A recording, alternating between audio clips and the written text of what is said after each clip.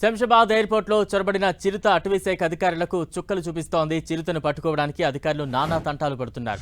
చిరుత కోసం మేకను ఎరవేసి బోన్ ఏర్పాటు చేశారు. అయినా కూడా చిరుత చిక్కలేదు. బోన్ వరకు వచ్చి చిరుత వెళ్లిపోతోంది. శంషాబాద్ ఎయిర్పోర్ట్ పరిసర ప్రాంతాల్లో తిరుగుతున్న చిరుతను బంధించేందుకు అధికారులు ఇప్పటికే 5 బోన్లు 25 సీసీ కెమెరాలు ఏర్పాటు చేశారు. అన్ని ట్రాప్ కెమెరాల్లో చిరుత దృశ్యాలు రికార్డయ్యాయి.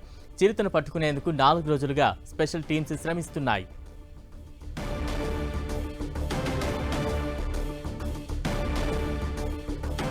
తాజా అప్డేట్స్ అందించేందుకు మా ప్రతినిధి కిరణ్ సిద్ధంగా ఉన్నారు. కిరణ్, బలరాం, గడిచిన 4 రోజులుగా శంషాబాద్ ఎయిర్పోర్ట్ పరిసర ప్రాంతాల్లో చిరుత సంచారం కలకలం రేపుతుంది. ప్రస్తుతం అయితే ఇంకా చిరుతను బంధించేందుకు ప్రస్తుతం అటవీ శాఖ అధికారులు ప్రయత్నాలు చేస్తున్నారు. 5 బోన్లతో పాటు 25 టాప్ కెమెరాలను ఇటు ఫారెస్ట్ సిబ్బంది కూడా ఏర్పాటు చేశారు. నిన్నంతా కూడా చిరుతను బోన్లో బంధించేందుకు ప్రత్యేక ఏర్పాటు చేశారు. 5 బోన్లకు సంబంధించి కూడా మేకను ఎరగా వేసి చిరుతను బోన్లో బంధించే ప్రయత్నమే చేశారు. నిన్న రాత్రి తాజాగా విడుదల చేసిన చిత్రాలు చూస్తే కూడా బోను వద్దకి చిరుత వచ్చి దానికి అందులోకి వెళ్లే ప్రయత్నం చేసింది. కానీ వెంటనే వెనుతిరిగి వెళ్లిపోవడంతో కూడా కొంత నిరాశ కలిగినట్టు చెప్పాలి. గడిచిన 4 రోజులుగా ఇటు అటవీ శాఖ సిబ్బంది శంషాబాద్ ఎయిర్పోర్ట్ పరిసర ప్రాంతాల్లో కూడా అనేక ప్రయత్నాలు చేస్తున్నారు.